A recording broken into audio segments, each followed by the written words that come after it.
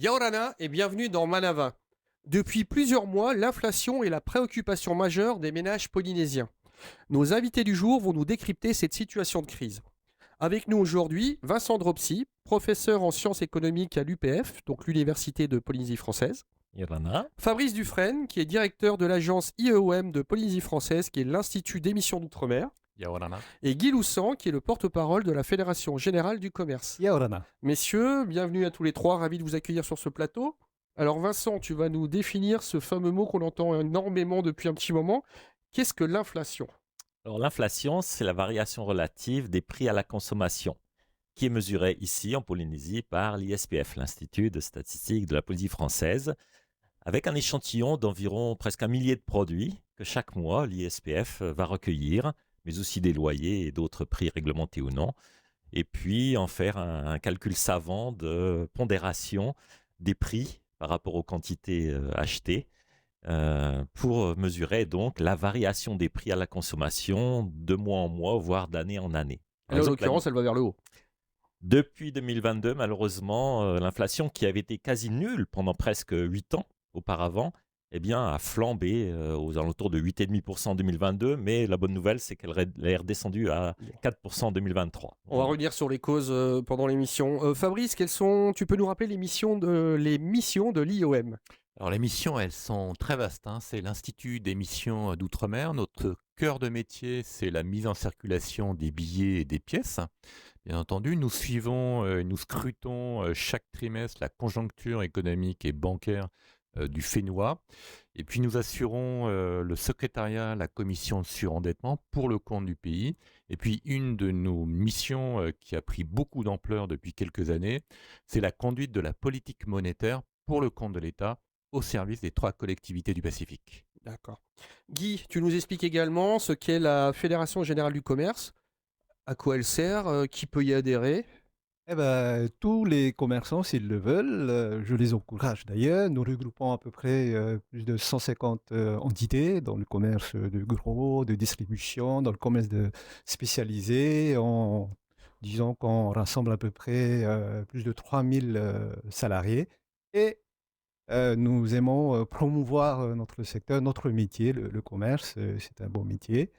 Et nous faisons partie également du MEDEF qui rassemble 20 organisations patronales. Voilà. Voilà, maintenant c'est qui fait quoi.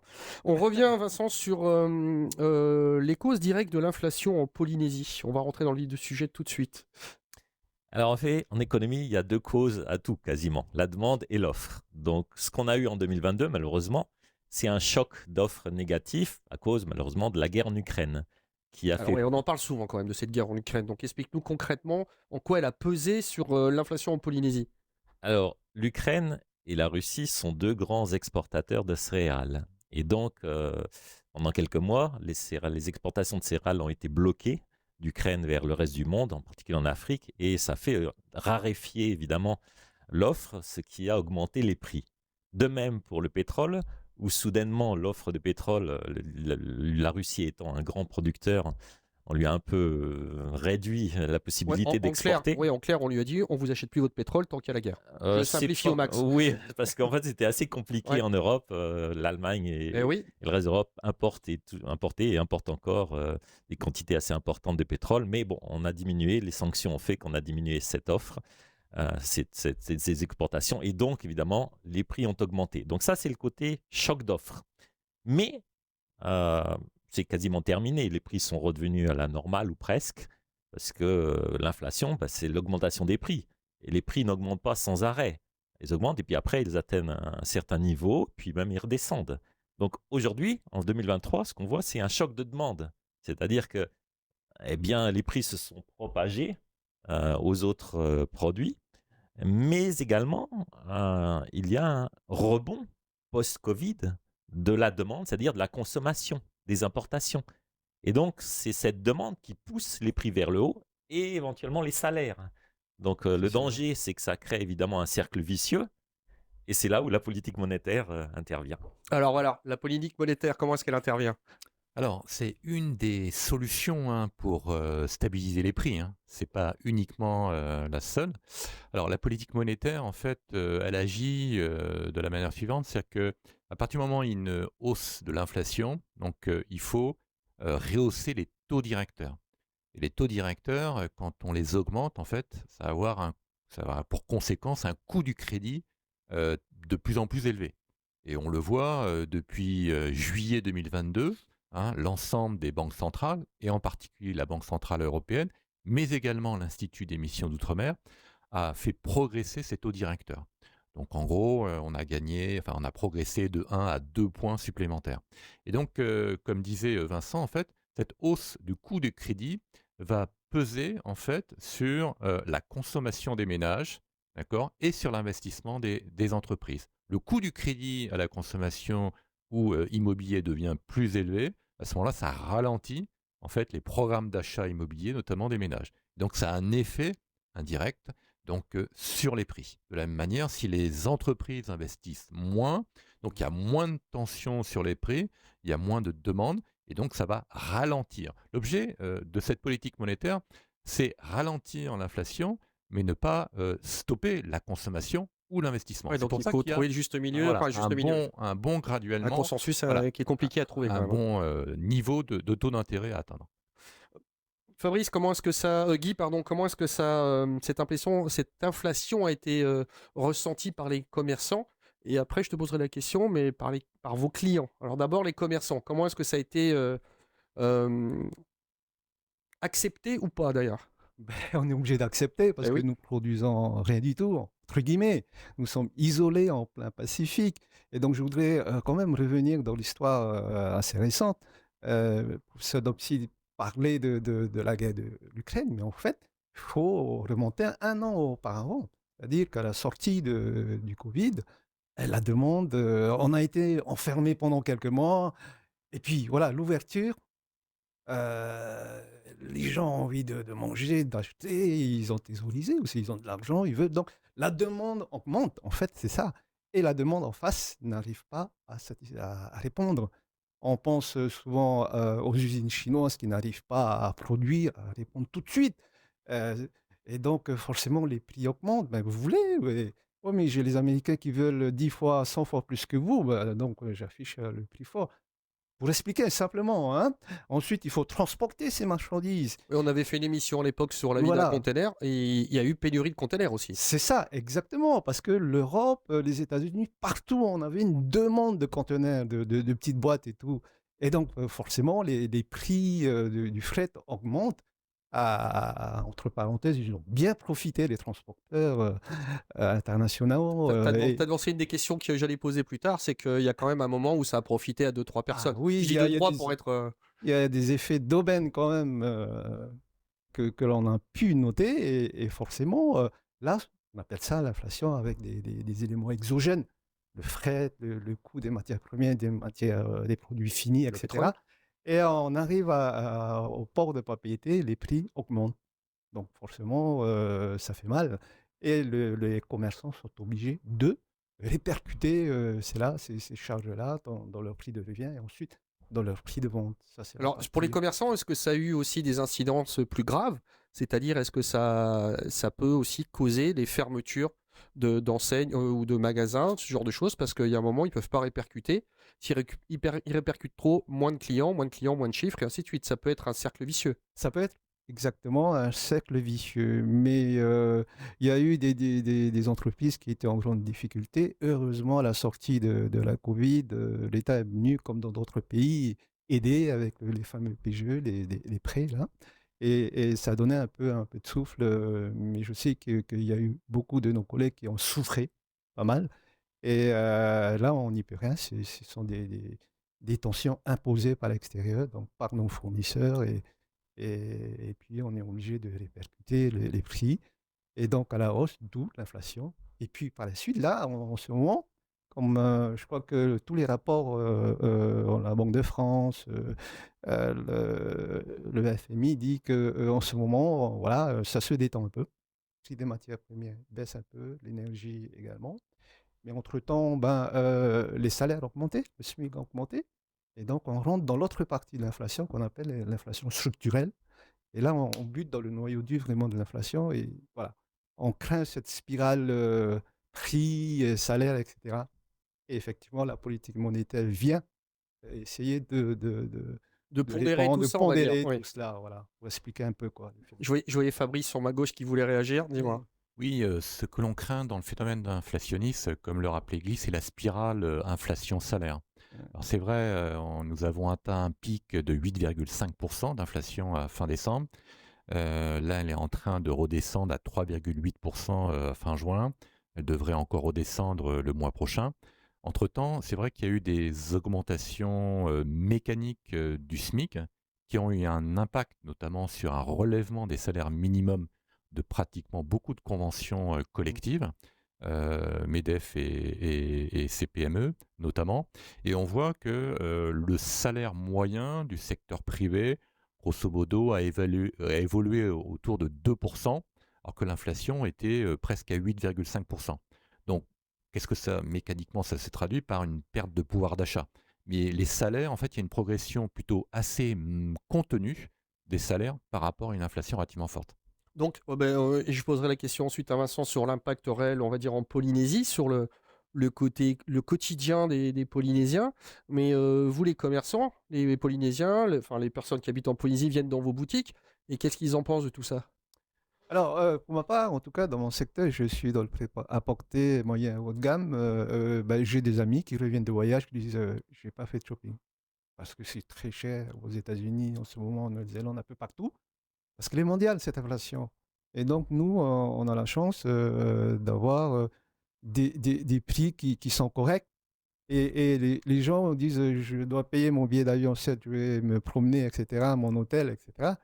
Mais je regarde 2 à 3 fois maintenant et je trouve des choses, des produits équivalents à Tahiti Donc, les qui ménages ont sont, moins dépensé à l'extérieur. je pense, en tout cas, de la C'est le part retour des que vous amis en avez, que oui. j'ai. Ouais. Vincent, les conséquences sociales au quotidien? Alors, il est évident, comme Guy disait, que le pouvoir d'achat, malheureusement, a baissé en 2022. Et d'ailleurs, c'est la deuxième fois, puisqu'en 2020 aussi, la crise pandémique a fait baisser le pouvoir d'achat. Et donc, comme disait Fabrice, c'est très important de maîtriser Mhm. cette spirale inflation-salaire. Alors, au niveau du SMIC, il y a eu la correction automatique. Donc, a priori, les salaires les plus bas n'ont pas été trop pénalisés. Mais à des niveaux plus élevés, évidemment, ça réduit le pouvoir d'achat beaucoup plus fortement. Alors, j'entends que le gouvernement va probablement changer les taux de CPS de façon plus progressive. Ça veut dire que les salaires les plus élevés vont être un peu plus touchés par cette taxe et puis qu'on va protéger un peu ceux qui gagnent moins. Alors, c'est peut-être une bonne idée dans le sens où pour relancer l'économie, pour pas que, alors qu'elle est freinée un petit peu aujourd'hui par les taux d'intérêt, ce qui est tout à fait logique, eh bien à ce moment-là, que ce soit la population la plus démunie qui ne soit pas touchée. Parce que souvent, quand on a une crise, c'est la population la plus pauvre qui est touchée la première. Là, justement, on essaie de la protéger. C'est plutôt une bonne chose. Et donc, oui, je dirais, l'inflation a un effet moindre, à mon avis, vers les populations les plus défavorisées. On va être pragmatique. Hein. Quelqu'un qui a un salaire de 800 000 et quelqu'un qui a un salaire de 150 000, on se doute bien que lequel des deux va avoir plus de mal à boucler les fins de mois s'il y a des augmentations. C'était pour être pragmatique. Hein. Donc, Fabrice, donc, les taux d'intérêt vont permettre de pondérer ou de freiner, mais vous les revoyez à quelle fréquence? Alors en fait, on scrute l'évolution notamment du taux d'inflation des 3 collectivités d'outre-mer. Donc là, on s'oriente notamment en Nouvelle-Calédonie, on atteint un taux Donc, oui, d'inflation de Nouvelle-Calédonie, 2%. Polynésie et Wallis Wallis et Futuna. Oui. Là, on est sur une décélération de l'inflation en Polynésie. On devrait être légèrement au-dessus de 2 en juillet en taux d'inflation, d'une part. Donc il y a des éléments fondamentaux aussi où il faut non pas casser la reprise économique, puisque la croissance économique en 2022 en Polynésie française, c'est 4,5%. Ça paraît beaucoup, mais c'est un rattrapage de la perte de 7% qu'on avait perdu. Donc là, on retrouve le niveau de produit intérieur brut qu'on avait atteint en 2019. Donc maintenant, il faut agir, mais de manière prudente. Donc la prochaine réunion, donc on est aussi obligé de scruter ce que fait la Banque centrale européenne, puisqu'il y a une parité fixe entre l'euro et le franc Pacifique. Donc ça, c'est un élément qu'on doit examiner de très très près. Donc la prochaine réunion de la Banque centrale européenne, c'est au mois de septembre. Et tout de suite après, il y aura le conseil de surveillance de l'IOM. Les marchés européens euh, estiment plutôt sur une hausse de 15 points de base que la BCE pourrait consentir, sachant que déjà l'IOM a relevé ses taux au mois de juillet, mais pas dans les mêmes proportions que celle de la BCE. La BCE a fait 25 points de base en juillet, alors que nous, on a fait plus 15 points de base. Donc ça permet notamment de soutenir la croissance économique de la Polynésie. Voilà, c'est le concret là. On parle de consommation, mais en termes d'épargne et d'investissement, quel a été l'impact de cette inflation et que vous disent les banques en clair, où en est l'épargne et est-ce qu'on continue à investir ou clairement ça a freiné? Alors, sur la consommation et l'investissement des ménages, donc on a eu une période autour de la Covid où il y avait un surplus d'épargne des ménages par précaution.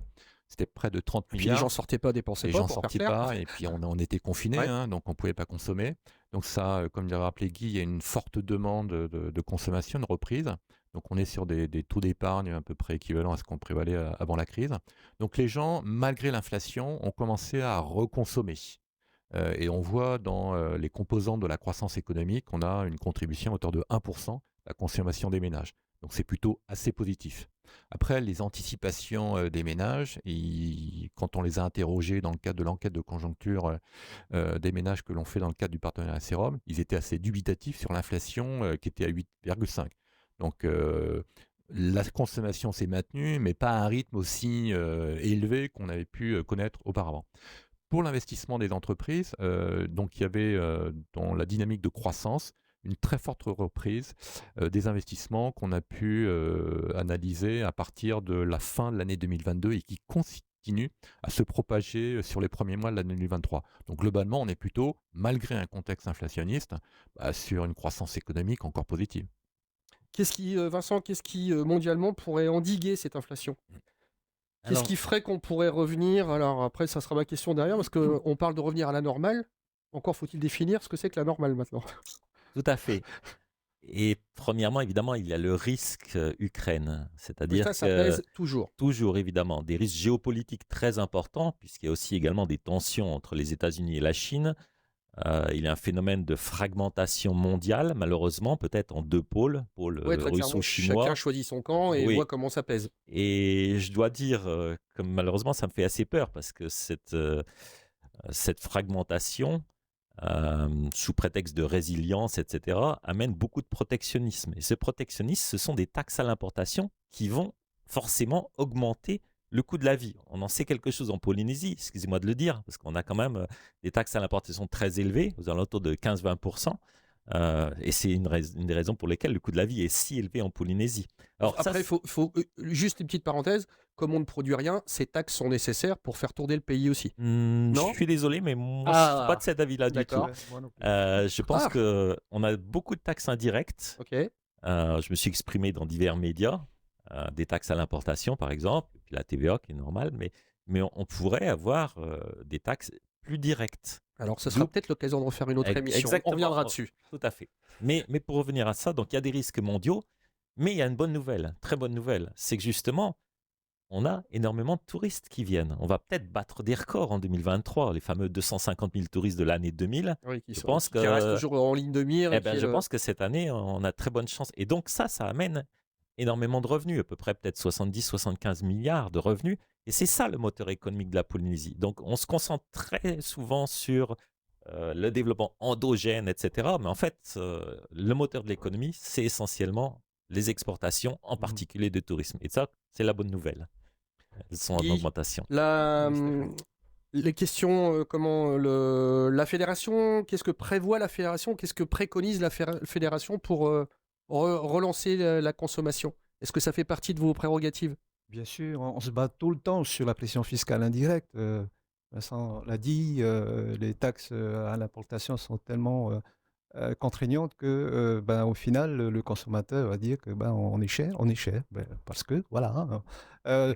On est souvent stigmatisé sur le réseau social favori des Polynésiens, c'est le Facebook. On dit oui, les commerçants se gaffent, mais bon, faut. On pratique des marges correctes parce qu'il faut des marges pour créer, payer les pérenniser loyers, pérenniser etc., et la santé, investir, etc. et tout. Mais j'encourage même certains à nous rejoindre, à créer leur entreprise dans le secteur du commerce. Mais encore une fois, je le répète, moins de pression fiscale, favoriser donc l'offre, et bon, c'est peut-être contradictoire peut-être, avec la politique actuelle justement de freiner la demande. Mais pour être compétitif, forcément, en amont, il faut qu'il y ait moins de pression fiscale. Ça, c'est clair. Et on a inventé, enfin, la France surtout, les Français ont inventé la TVA. Ensuite, on l'a appliquée à l'époque sous Porcelier.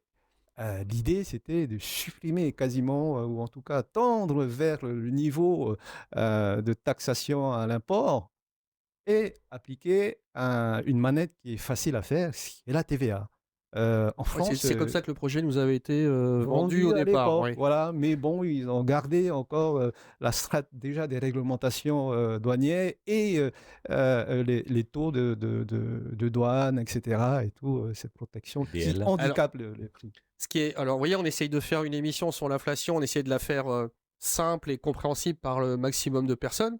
Mais concrètement, les personnes, ils veulent comprendre à quel moment leur panier va revenir à un prix normal. Est-ce que ça, on peut le mesurer? Est-ce qu'on peut le quantifier? Est-ce qu'on peut dire, bon, ben, c'est ce que en partie Fabrice disait, ça, c'est en train de se stabiliser, ça va peut-être revenir à des prix plus raisonnables, parce que normaux, maintenant, ça ne veut plus rien dire, en fait. Alors, en fait, dans le contexte actuel, on serait plutôt sur un palier pendant quelques mois jusqu'à la fin 2023. Et sauf nouveaux facteurs géopolitiques, parce que vraiment on est à la merci, pas forcément d'une nouvelle guerre, mais d'un événement Mais tragique, notre exceptionnel. insularité fait qu'on est à la merci de beaucoup de choses, quand même. Et voilà, donc ça a un impact direct sur la Polynésie française. Donc à ce stade, c'est plutôt sur un palier jusqu'à la fin 2023. Mais on voit que sur les tensions inflationnistes en Polynésie, elles se détendent très fortement, beaucoup plus fortement qu'en Europe, hein, puisque les 2% d'inflation devraient être atteints au niveau hexagonal, par exemple, à la fin 2024. D'accord ? Alors que là, en Polynésie, on voit vraiment une détente beaucoup plus forte déjà jusqu'à la fin de l'année 2023. Donc c'est plutôt une bonne nouvelle pour le consommateur polynésien. Bon, ça, c'est une première nouvelle. Moi, j'ai une question à poser, Vincent. Elle est assez récurrente, donc je vais essayer de la poser correctement. Lorsque le cours du baril descend, la répercussion n'est quasiment pas visible, ou alors on ne le voit pas beaucoup à la pompe. Quand le cours du blé descend, de nouveau, les produits à base de blé retrouvent leur tarif d'antan. Pourquoi est-ce qu'il y a une telle différence? Est-ce que tu peux me l'expliquer? Bien sûr. Alors, on a un régime réglementé de prix du pétrole, du prix de l'essence et du kérosène ici en Polynésie, avec ce qu'on appelle un fonds de péréquation des hydrocarbures. Mais il faut que tu me l'expliques Alors, simplement pour que tout le monde comprenne. tout Moi, le à fait, premier. tout à fait. Et donc, ça veut dire simplement que le gouvernement lisse les prix. D'ailleurs, les prix sont les mêmes quasiment dans toutes les stations d'essence, donc ils sont réglementés. Et puis, eh bien, les prix du pétrole mondial varient énormément. Et donc, le gouvernement essaye de stabiliser les prix locaux, puisqu'on en dépend énormément, tout en veillant à ne pas perdre trop d'argent. Parce que de temps en temps, le gouvernement achète le pétrole, ou du moins à un niveau très élevé, donc il perd de l'argent. Et de temps en temps, eh bien, quand le prix du pétrole baisse, il ne va pas baisser les prix tout de suite. Voilà, donc comme parce tu qu'il dis, faut en fait, qu'il récupère ils font un calcul sur l'année, quoi. même Enfin, sur plusieurs années, je D'accord. dirais. Voilà. Donc on est plutôt, dans ce cas-là, on est plutôt protégé en Polynésie. On a des prix On est stabilisés. plutôt Voilà. stabilisé, Ça veut dire d'accord. que, comme l'année dernière, ben, quand les prix augmentent très fortement, on est quand même obligé d'augmenter de 20-25 francs le prix litre. Et puis là, eh bien, quand le prix descend, en espérant qu'il reste bas, tout doucement, 5 francs, 5 francs, 5 Oui, parce francs, qu'en pour fait, ils revenir à doivent la normale. récupérer ce qu'ils ont perdu sur les 25 francs du litre de l'année précédente, par Voilà. exemple. Voilà. Donc c'est une Bon. stabilisation des prix, ce qui est bien pour l'économie. Bon, je savais que tu allais m'expliquer simplement. Merci, c'est gentil. Tu voulais D'ailleurs, réagir, Guy? voilà, qui nous a coûté cher, qui nous a coûté quasiment 12 milliards l'année dernière. Oui, il y a un moment, de toute Mais façon, il faut, voilà. Il, bien il- entendu, il faut c'était qu'on puisse le nécessaire. payer et si on est plutôt protégé, c'est pas plus mal, quoi, on va dire. Fabrice, tu nous parlais tout à l'heure des 8,5% d'inflation en Polynésie.